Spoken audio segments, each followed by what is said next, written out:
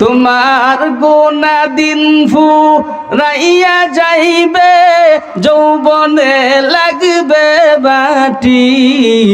ওই যে দেখো ডাকিতেছে তোমায় কবরের মাটি। ওই যে দেখো ডাকিতেছে তোমায় কবরের মাটি। তোমার গোনা দিন শেষ হইয়া যাইবে, যৌবনে লাগবে বাটি। ওই যে দেখো ডাকিতেছে তোমায় কবরের মাটি। ঠিক কিনা? সন্ধ্যার আগে যেদিন ডুবিবে বেলা, এক পলকে ভেঙ্গে যাবে তোমার রঙের মেলা। তুমি কারে দিবা জুরে দমক, কার মাথায় বাংবালাটি। ওই যে দেখো ডাকিতেছে রাইয়া যাইবে, যৌবনে লাগবে বাটি। ওই যে দেখো ডাকিতেছে তোমায় কবরের মাটি। খবর পেয়ে আসবে আত্মীয় স্বজন, তোমারি চার পাশে বসিয়া তারা করিবে কন্দন। তোমায় সাজাইবে মনের মতন, কি সুন্দর পরিপাটি। ওই যে দেখো ডাকিতেছে তোমায় কবরের মাটি। তোমার গোনা দিন ফুরাইয়া যাইবে, যৌবনে লাগবে বাটি। ওই যে দেখো ডাকিতেছে তোমায় কবরের মাটি। কথা বলেন ঠিক কিনা? জোরে বলেন আল্লাহু আকবার। হয় নাই? আরো জোরে বলেন আল্লাহু আকবার। আরেকবার বলেন আল্লাহু আকবার। আল্লাহ পাক রব্বুল আলামিন আমাকে আপনাকে এমন একটা নবীর উম্মত বানাইছে রে বাবা, যে নবীর উম্মত হওয়ার জন্য অন্য অন্য নবীরা আল্লাহর কাছে দরখাস্ত জানাইছে, দয়ার মালিক আমাগরে নবী না বানাইয়া আখেরি নবীর উম্মত হিসাবে কবুল করেন। বলেন না সুবহানাল্লাহ। ওরে অলহরির মুসলমান, ওরে যুবক, পর্দার আড়ালের আমার আম্মা জান, আমরা কেমন একটা নবী পাইছি, কেমন একটা নবীর উম্মত হইতে পারলাম।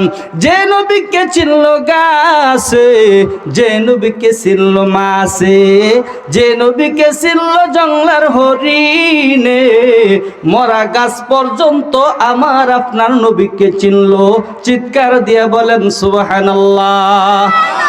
ইমামুল আউয়ালিন আল আখিরিন, বহরে সাদকা রাহমাতাল লিল আলামিন, সাইয়্যিদুল কাওনাইনি খাতুমুল মুরসালিন, আখিরামত বুদে ফখরুল আউয়ালিন, শুধু অজুদাস রাহমাতাল লিল আলামিন, মসজিদে ও শুধু হামার এ জমিন।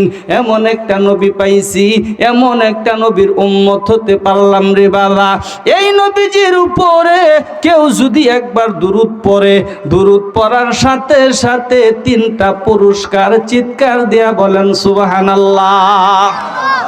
নবীজির উপর একবার দুরূদ পড়লে 3টা পুরস্কার। প্রথম নাম্বার পুরস্কার, দুরূদ পড়ার সাথে সাথে 10টা নেক আমল আল্লাহ আমল নামাই দিয়া দে। বলেন না সুবহানাল্লাহ।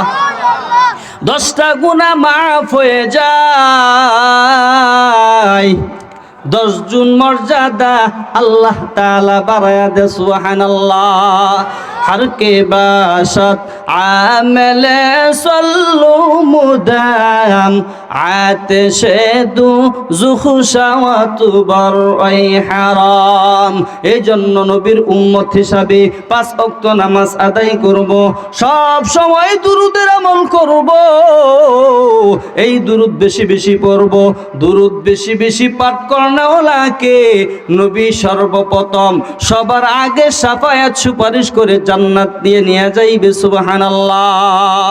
কেমন নবীর উম্মত হতে পারলাম, কেমন নবীর উম্মত হতে পারলাম রে বাবা? যে নবীকে চিনলো মাছে, যে নবীকে চিনলো গাছে, যে নবীকে চিনলো জংলার হরিণে, মরা গাছ পর্যন্ত আমার আপনার নবীকে চিনলো। বলেন না সুবহানাল্লাহ। সাহাবায়ে কেরাম আমার নবীর কত আশিক, আমার নবীর কত পাগল। সাহাবায়ে কেরাম কেমনে আমার নবীকে ভালোবাসছে, কেমনে আমার নবীকে সম্মত করছে, কেমনে আমার নবীকে মোহাব্বত করছে।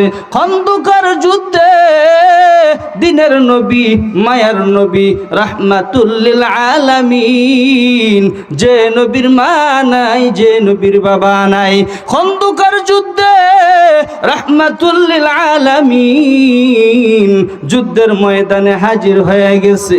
নবীজির শরীর দুর্বল, নবীজির পেটের মধ্যে কোনো খানা নাই, ক্ষুধার্ত অবস্থায় দয়ার নবী, মায়ার নবী রাহমাতুল লিল আলামিন দুর্বল শরীর। নবীজি জমিনে পরে পরিলক্ষণে বোঝা যায় নবীজি কেমন শরীরটা দুর্বল, শরীরটা কাহিল। নবীজির এক সাহাবী এরকম করে, নবীজির এক সাহাবী জাবের রাদিয়াল্লাহু তাআলা আনহু দেখতে পারলেন নবী যেমন কেমন করতেছে, শরীরটা দুর্বল, আঁকাবাঁকা করতেছে। জাবের সাহাবী গিয়া নবীকে এরকম করে জড়ায়া ধরছে। নবীজি যখন নাকি জমিনের মধ্যে পড়ে যাইতেছে, জাবের সাহাবী গিয়া নবীকে এরকম করে জড়ায়া ধরছে। জাবের সাহাবীর হাতটা গিয়া নবীর পেটের মধ্যে গিয়া এরকম করে ধরছে। ধরার পর জাবের সাহাবীর হাতের মধ্যে লাগলেন। রাহমাতুল লিল আলামিনের পেটের মধ্যে ঠান্ডা ঠান্ডা কেমন জানি অনুভব করত। কোন নবী? যে নবীর মা নাই, যে নবীর বাবা নাই গো। রাহমাতুল লিল আলামিন জাবের সাহাবী এরকম করে গিয়া নবীকে ধরলেন। জাবের সাহাবীর হাত গিয়া নবীজের পেটের মধ্যে যখন লাগছে গো, তখন যখন হাতটার মধ্যে ঠান্ডা ঠান্ডা লাগলো, জাবের সাহাবী বলে, নবী গো, আপনার পেটের মধ্যে কি ঠান্ডা ঠান্ডা লাগতেছে গো নবী? আল্লাহ তাআলা এমন একটা নবী আমার আপনাকে দান করছে গো। আল্লাহ তাআলা বলে, ওয়া মা আরসালনাকা ইল্লা রাহমাতাল লিল আলামিন। আল্লাহু আকবার। আল্লাহ তাআলা আমার আপনার নবীকে গোটা জগতের জন্য রহমত স্বরূপ প্রেরণ করেছে। নবী মাছের জন্য রহমত, নবী গাছের জন্য রহমত, নবী মানুষের জন্য রহমত, জংলার প্রাণীর জন্য আমার আপনার নবী রহমত। বলেন না সুবহানাল্লাহ। জাবের সাহাবী নবীকে বলতেছে, নবী আমার, আপনার শরীরটা দুর্বল গো নবী, আপনার শরীরটা ক্লান্ত গো নবী, আপনার পেটের মধ্যে জানি কেমন কেমন ঠান্ডা লাগলো। নবী আমার ডাক দিয়া বলে, ও জাবের, আমি নবী পেটের মধ্যে ক্ষুধার্ত অবস্থায়, আমি নবী পেটের মধ্যে যেমন খানা নাই, শরীরটা দুর্বল গো।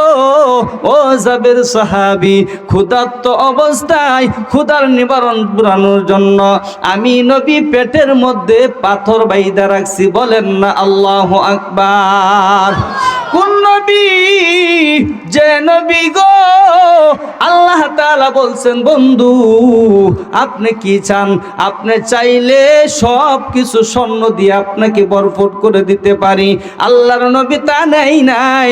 জাবের সাহাবীকে বলে, ও সাহাবী, পেটের মধ্যে পাথর বাঁধছি ক্ষুধার্ত অবস্থায়, ক্ষুধা নিবারণ করার জন্য। বলেন না সুবহানাল্লাহ। যাবেন সাহাবী বলে, নবী আমার, আপনি যদি একটু অনুমতি দিতেন গো নবী, আপনি যদি একটু অনুমতি দিতেন, আপনাকে মেহমানদারির ব্যবস্থা করতাম গো নবী, আপনাকে আমি মেহমানদারি করতাম, আপনাকে আমি খানা খাওয়াইতাম। আল্লাহর নবী বলে, যাবে যাও, আমি অনুমতি দিলাম, তোমার বাসায় খানা খাবো। বলেন না আল্লাহু আকবার। কপাল কত ভালো, আমার আপনার নবীকে দাওয়াত খাওয়ানোর কপাল কয়জনের আছে, ঠিক কিনা বলেন? এমন একটা নবী পাইছি যে নবীর চেহারাটা দেখার জন্য রে বাবা, গর্তের মধ্যে এক সাপ আল্লাহ তাআলার কাছে আবদার জানাইছে, গর্তের মধ্যে থাকা সাপ আমার আপনার নবীর চেহারাটা দেখার জন্য খুব আকাঙ্ক্ষা। কেন কেন কেন? রাহমাতুল লিল আলামিনের চেহারা দেখিয়া, নুরানি চেহারা দেখিয়া আমি সাপ ও জান্নাতি হয়ে যাইব। সুবহানাল্লাহ। আমি আর আপনি নবীর উম্মত হইয়া নবীরে চিনলাম না। যাবের সাহাবী অনুমতি পাইয়া দৌড়াইয়া বাড়িতে গেলেন। দৌড়াইয়া গিয়া বিবিরে বলো, বিবি, দিনের নবী, মায়ার নবী, রাহমাতুল লিল আলামিন, যে নবীর মা নাই, যে নবীর বাবা নাই গো, খন্দকের যুদ্ধে নবী আমার শরীরটা দুর্বল, জমিনের মধ্যে পড়ে যাচ্ছে। আমি গিয়া নবীকে দৌড়াইয়া ধরলাম, আমার হাতের মধ্যে, নবীজির পেটের মধ্যে আমার হাতটা লাগিয়া গেছে। নবীকে জিজ্ঞাসা করলাম, নবী গো, আপনার পেটের মধ্যে জানি কেমন ঠান্ডা লাগলো, আপনার পেটের মধ্যে কি? ও বিবি, আল্লাহর নবী বলে, আমাকে যাবের, আমার শরীর দুর্বল, ক্ষুধার্ত অবস্থায় ক্ষুধা নিবারণের জন্য পেটের মধ্যে পাথর বাঁধছে। ও বিবি আমার, নবীকে মেহমানদারি করাইতে চাই, তুমি কি বলো গো বিবি? বিবি বলে, স্বামী আমার, আমার বাসায় আল্লাহর নবী আসবে, রাহমাতুল লিল আলামিন আসবে, আমি নবীকে নিজে রান্না বাড়ি করে খাওয়াইব, আমার কোনো আর আপত্তি নাই, আমি খুশি, নবীকে দাওয়াত দিয়ে আসেন। আল্লাহু আকবার। আবার যাবে তার বিবির সাথে পরামর্শ মাশওয়ারা করিয়া, আমরা যারা নাকি সাংসারিক ভাবে আছি, যারা নাকি স্বামী আর স্ত্রী, এই ঘরের মধ্যে যখন সংসারের কাজের জন্য যে কোনো জিনিস নিয়ে যখন নাকি আমরা মাশওয়ারা পরামর্শ করব, মাশওয়ারা পরামর্শের মধ্যে খায়রত বরকত দিয়া দিবেন আল্লাহ, ঠিক কিনা বলেন?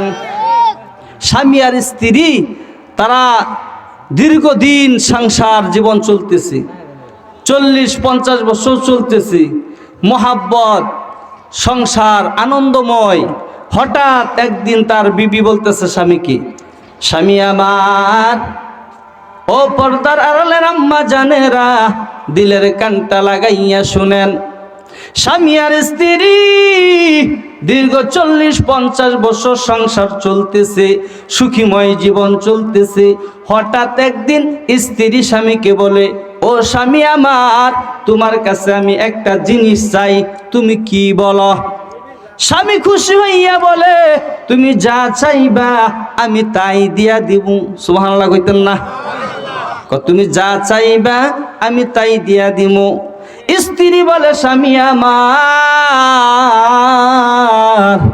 তুমি আমাকে এখন এই মুহূর্তে তালাক দিয়া দাও। স্বামী বলে, কি বললা, কি বললা?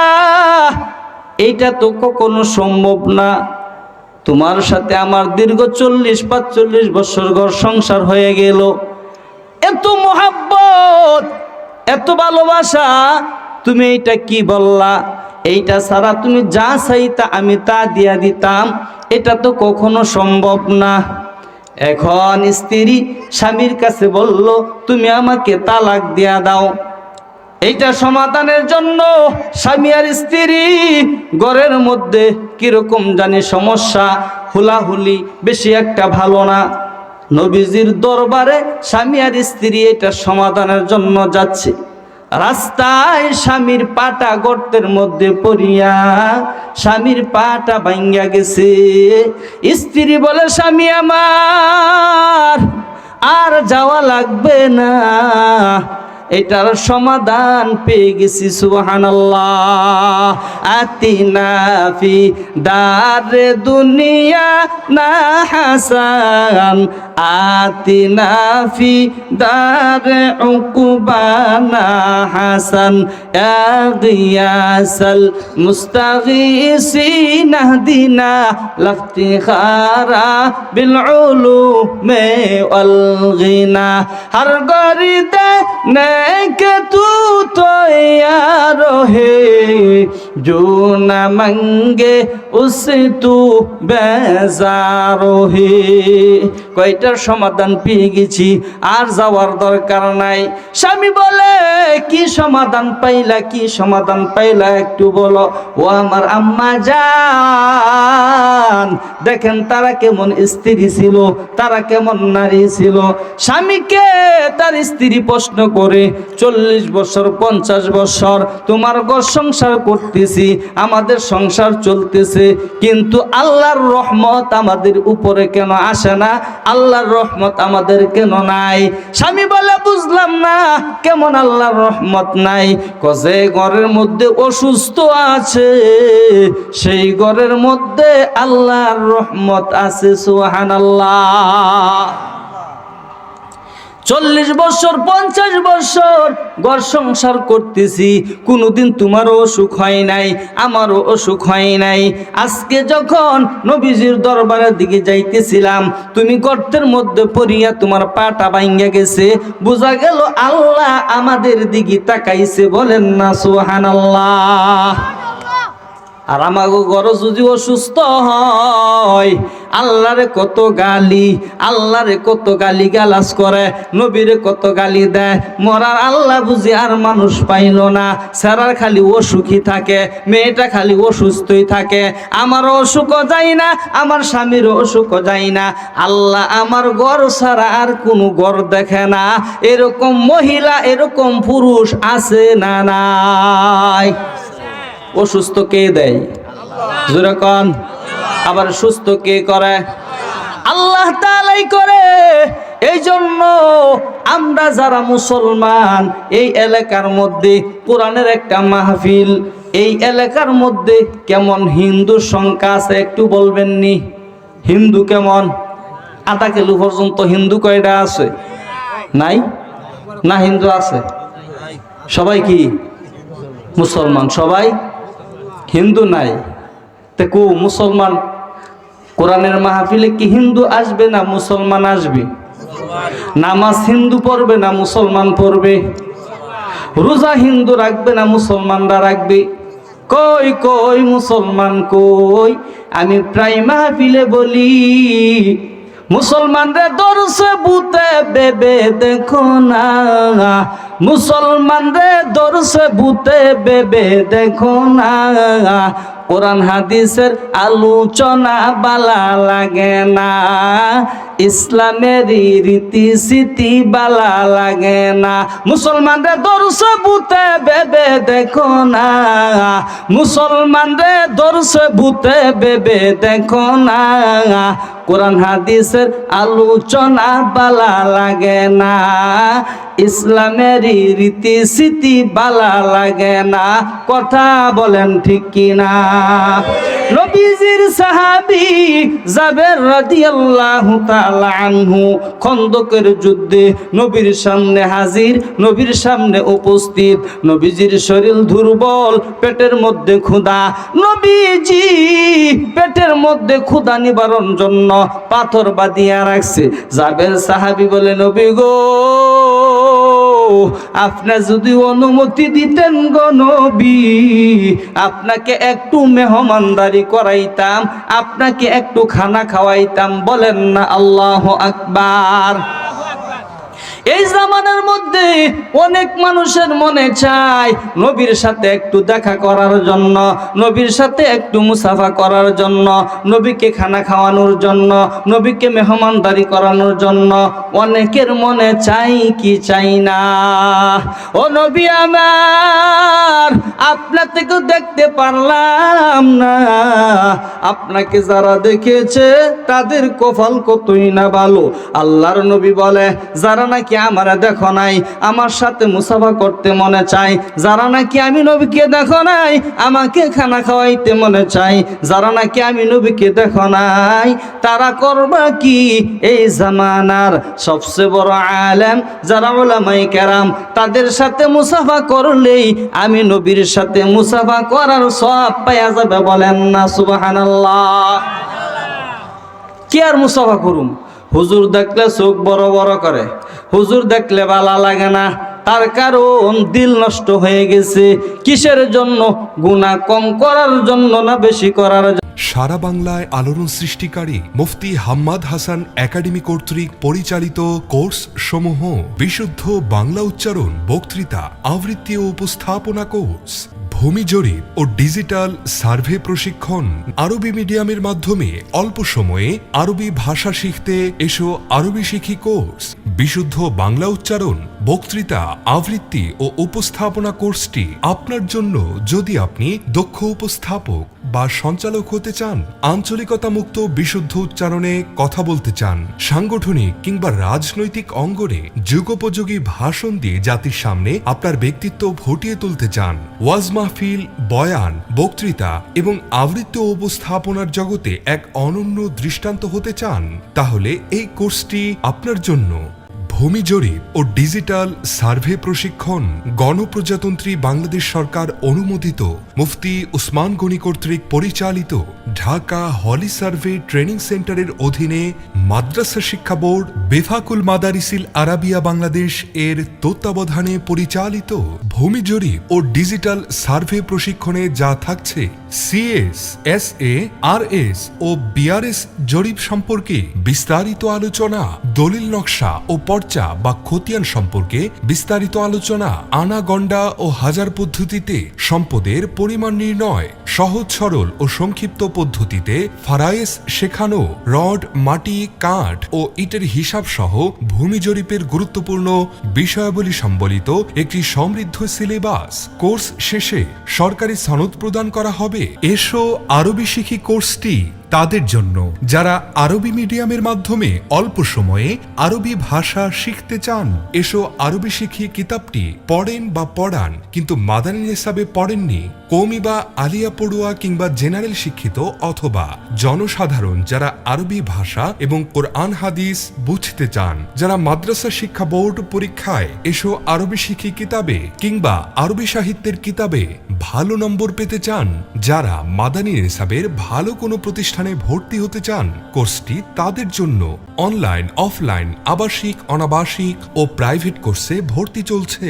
বিশেষ দ্রষ্টব্য: মহিলাদের জন্য পৃথক কোর্সের ব্যবস্থা রয়েছে। কোনো প্রতিষ্ঠানে কোর্স করানোর প্রয়োজন হলেও যোগাযোগ করতে পারেন। আমাদের প্রশিক্ষণের স্থান: মিফতাহুত তাকওয়া মহিলা মাদ্রাসা, পোড়াবাড়ি রোড, বাগানবাড়ি কমিউনিটি সেন্টার সংলগ্ন, ত্রিশাল পৌরসভা, ময়মনসিংহ। ভর্তি ও কোর্স সম্পর্কে বিস্তারিত জানতে যোগাযোগ করুন 01704 084400।